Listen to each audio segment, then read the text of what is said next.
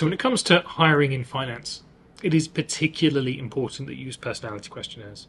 Okay, people get this wrong all the time, and it's particularly strange you get it wrong in this instance because the profile is pretty clear. Like, everyone in finance knows what you should be looking for. You're going to need to be industrious, you're going to need to be objective, you're going to need to be resilient. It seems where everyone diverges is, well, okay, we know that these characteristics are important, let's just ask them questions in an interview about that. Tell me about a time you were really resilient, tell me about a time you were really industrious. Interviews do not measure these things. They've never measured these things. They're social skills tests. The charismatic candidate with good interview skills will convince you of anything you ask them.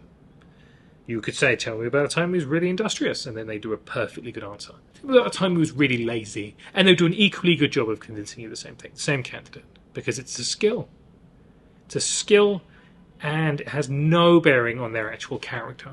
Okay, Psychometrics, on the other hand, measures those specific characteristics. It has much more what we call construct validity. You can measure these constructs directly, and they are intrapersonal. They can't be expressed verbally. Interpersonally, it doesn't work like that.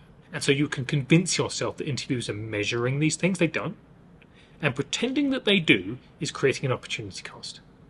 Because you could measure these behaviours and then do an interview and get the best of both worlds. You get exactly the type of person you were looking for, with all the social skills and the hard skills that you would ask in conjunction with the interview.